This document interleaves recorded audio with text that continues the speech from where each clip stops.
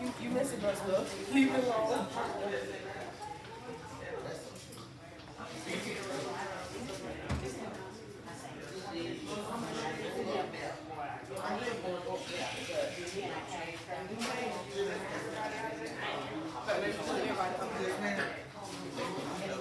Hello everyone, we're going to go ahead and get started with the gate belt training. Again, my name is Crystal. I am one of the nurses that help here and help do the training. Some of the people here I have did some training with. We're doing the gate belt today and assisting with feeding. So the gate belt, two things, it helps you move them and it also helps you walk with them safely. One thing about the gate belt,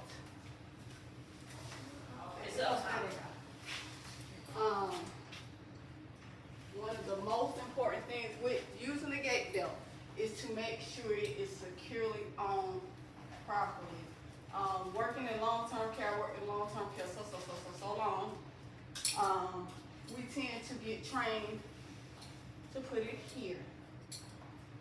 When you put it here, this is what happens. I might have a good little pouch right here, and when I put it on, I'm gonna demonstrate putting it on, just giving an example right now. When you go to stand them up, when you put it here and they rise up like this, guess what happens? It falls down. So therefore you lose the good gripping and snugness that you need to help assist with walking them properly. So anybody want to be assisted today with showing the gate belt and me putting it on them and helping walk? Anybody? Anybody? All right, thank you. I'm gonna let you sit down and put it on. So when you put the gate belt on, just make sure you explain, because usually when you're doing it to an older person. Sometimes it's not, they're younger, but you want to make sure you, especially if it's a female, that hey, I'm going to be touching around your breast area, but this is to ensure that this gate belt is on you correctly. I always explain so they'll know why you that close to that area. All right, Miss, what's your name? All right. Miss Grant, I'm going to put this gate belt on so I can help assist you with walking or transfer habit, whatever you're going to do for them. Take it around. I'm going to be touching around your breast area, but this is just to make sure that the gate belt is on correctly. Hold that arm up for me.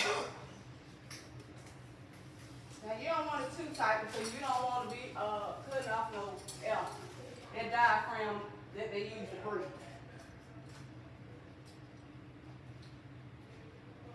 All right, it's going to get a little snug. Just tell them it'll be a little tight.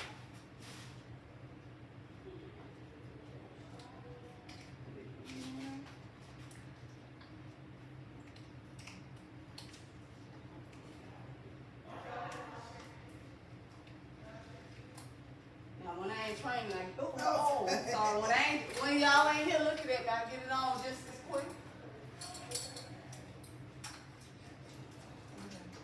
Yeah, I got it. I used to have to use these gate belts so much.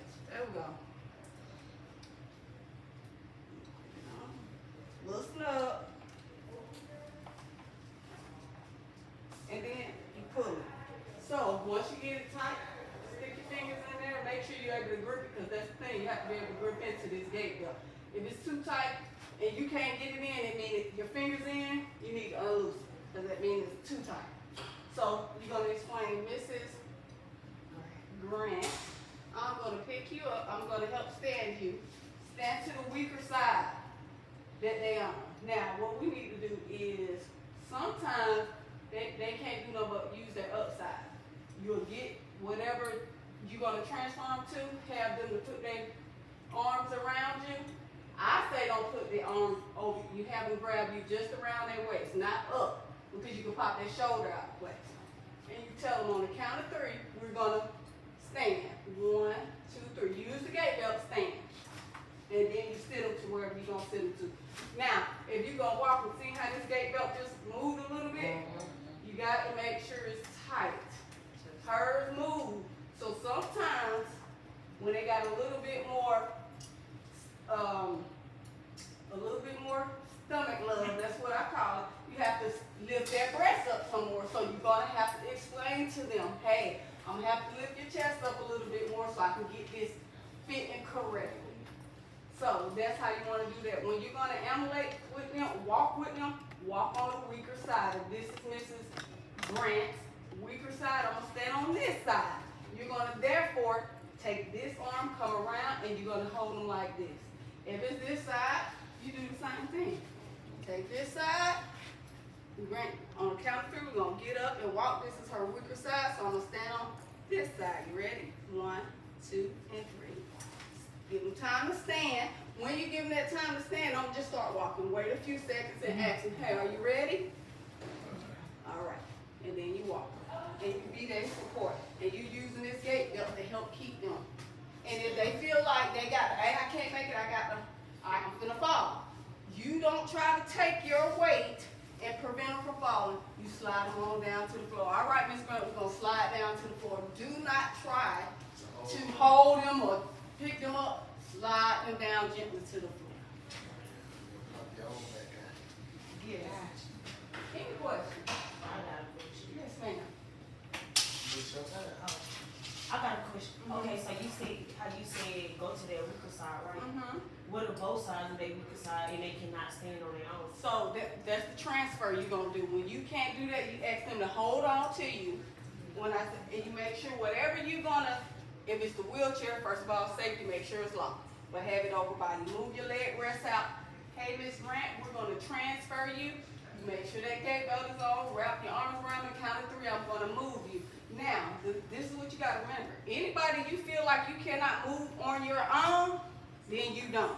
If you have to call one of your staff members, whether it's administrating, me, hey, I can't transfer this patient by myself, then that's what you do. You do not want to take a chance on trying to lift someone that you cannot lift. Because not only will you hurt the client, you can hurt yourself. So that's what that is.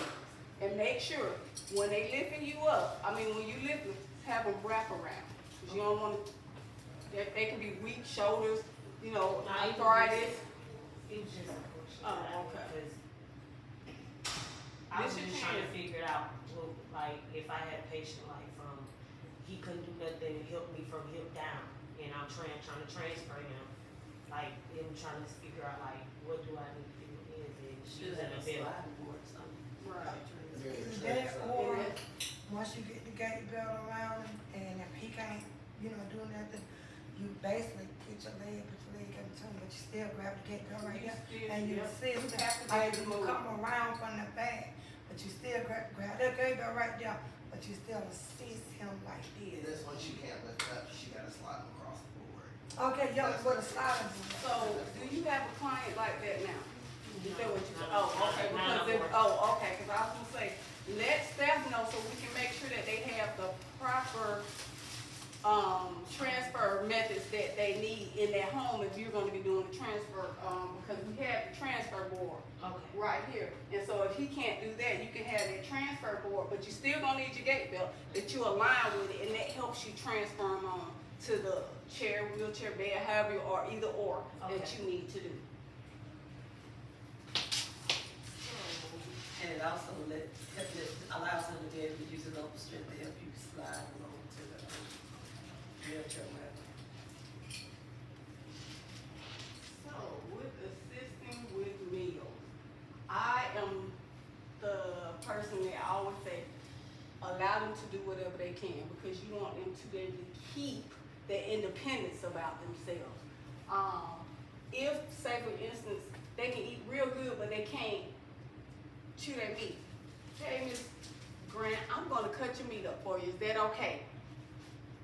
And if they can do that, then you let them do whatever they can, because that's the goal, is letting them keep their independence. It builds up and keeps their integrity going. So, if you have to, let's say, assist somebody with certain things, like we did the meat, we cut it up.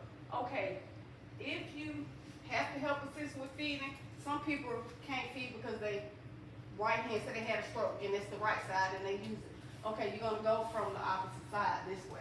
This time, you ain't gonna stay on the weaker side, you're gonna go on the opposite side of them. You wanna make sure you're able to see them. Because if I'm sitting on the side of you and I'm just feeding you and I'm looking at something else, and I can't even see your face expression to see that something is going on.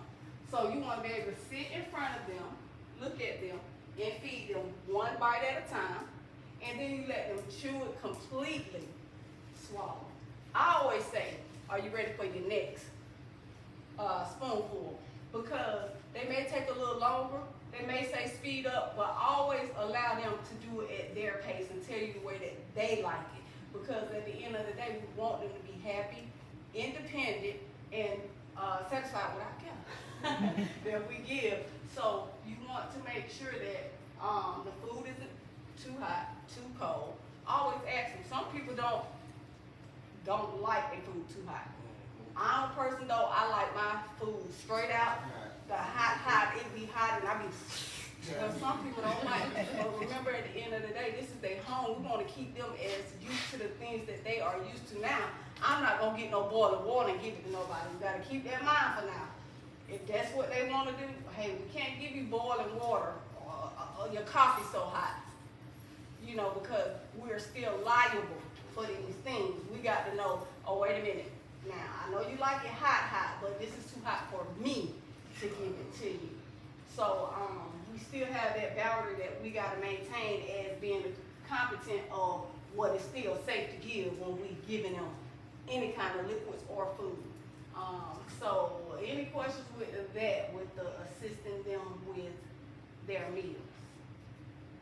Make sure you're looking at them when you're feeding them. Make sure the food isn't too hot or too cold or the way that they want it. If they need their meats cut up, cut it up. Now, if you noticing that the client used to could go from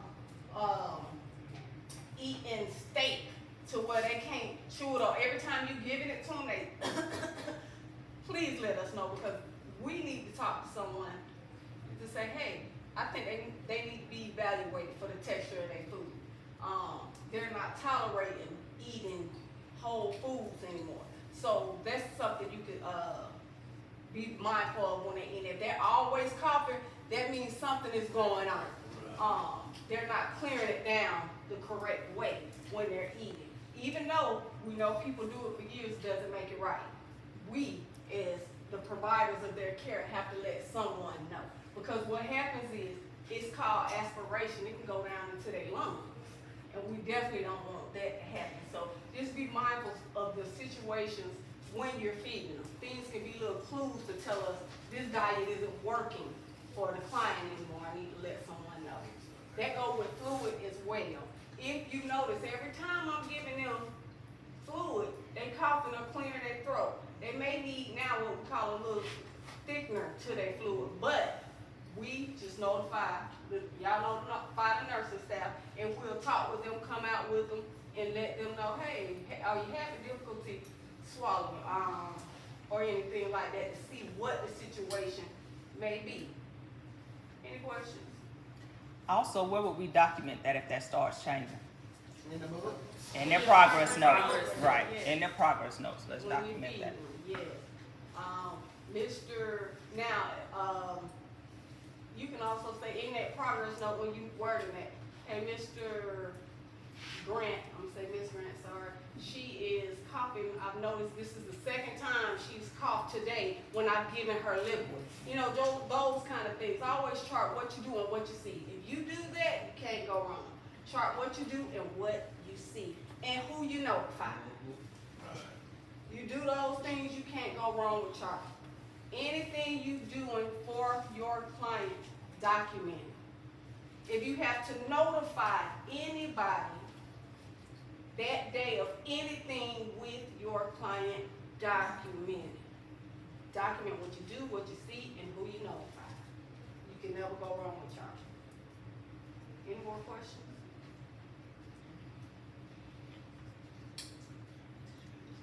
All right, well, if no one has anything else, then I think that is it for us today. Thank you, everyone.